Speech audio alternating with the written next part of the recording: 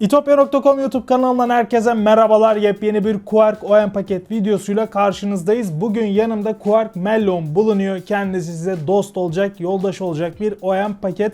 Aynı zamanda uygun fiyatlı. Yani tam olarak aradığınız OEM paket diyebiliriz. Peki bu OEM paket nedir? Onu bir açıklayalım.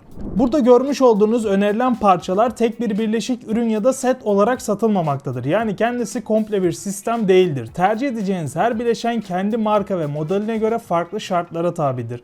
Amacımız bilgisayar toplama sürecinizi daha hızlı, daha güvenli ve daha bilinçli bir şekilde tamamlamanıza yardımcı olmaktır. Son karar her zaman sizin ihtiyaçlarınıza ve tercihlerinize bağlıdır. Zaten video içerisinde de gördüğünüz üzere her parça kutusundan sıfır olarak çıkmakta ve bu OEM pakete özel olarak montajlanmaktadır. Yani önceden hazırlanmış bir sistem veya ürün değildir kendisi.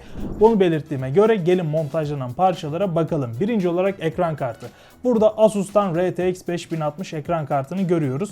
Kendisi yeni nesil Nvidia teknolojilerini kullanmanın en fiyat performans yolu diyebiliriz. Çünkü uygun fiyata bize DLSS 4'ü sunabiliyor, DLSS 4.5'u sunabiliyor. Bunun yanında RTX ve Reflex teknolojisini sunabiliyor. Ayrıca Nvidia'nın Studio ve Broadcast gibi yazılımlarını da yine kullanabiliyoruz. Kendisinin 8 GB'lık bir VRAM kapasitesi bulunuyor. 1080p yani Full HD kullanım için uygun bir ekran kartı olduğunu söyleyebiliriz. ASUS'un da üzerindeki soğutma çalışmalarıyla birlikte hem iyi bir şekilde çalışıyor hem de serin ve sessiz kalıyor. İşlemci tarafında AMD'nin AM4 yapısına gidiyoruz. Burada bizi Ryzen 7 5700 işlemci karşılıyor. Kendisi günümüzde fiyat performans bir model, 8 çekirdekli bir yapıya ve 16 iş parçacığına sahip. Böylece bizim için oyunlarda yeterli performansı verebilirken çoklu çekirdek görevlerinde de bizim ihtiyaçlarımızı karşılıyor. Burada görmüş olduğunuz işlemciyi de Frisbee'nin 12 santimlik kule tipi soğutucusuyla soğutuyoruz. Bu işlemci ASUS'un Prime B550 MK model anakart üzerine kendine yer buluyor. Bu anakart güzel bir anakart, fiyat performans bir anakart. Üzerindeki bağlantı noktalarıyla desteklediği RAM hızıyla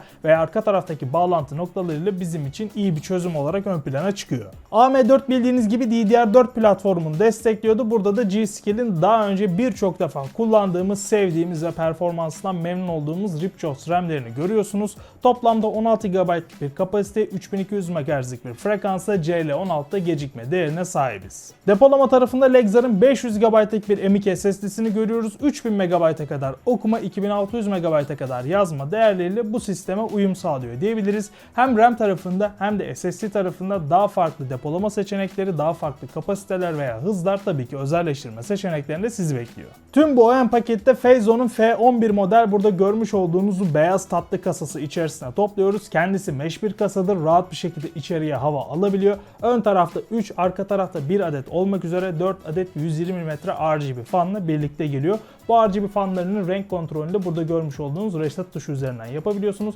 Basılı tutarsanız da direkt olarak isterseniz kapalı şekilde kullanabilirsiniz. Bu kasanın bir diğer güzel yanı da içerisinde 650 Watt 80 Plus bronz sertifikasına sahip bir güç kaynağıyla birlikte geliyor olması. Böylece fiyat performans OEM paketimizin önemli bir eksiğini de tamamlamış oluyor. Kuark-Mellon'un genel özellikleri bu şekildeydi. Bu OEM paketi dilerseniz açıklama kısmına bulunan linke tıklayarak kapınıza kadar sipariş edebilirsiniz. Dilerseniz de itopya.com'un mağazalarına gelerek bizzat mağazalarından satın alabilirsiniz. Hem internet sitemizde hem de mağazalarımızda bu paketle birlikte uyumlu bileşenleri de yine bulabilir. Komple bir setup halinde de eksiğinizi tamamlayabilirsiniz. Bunun gibi fırsatları ve incelemeleri kaçırmamak için de bizi sosyal medya adreslerimizden ve YouTube kanalımızdan takip edip bildirimleri açmayı unutmayın.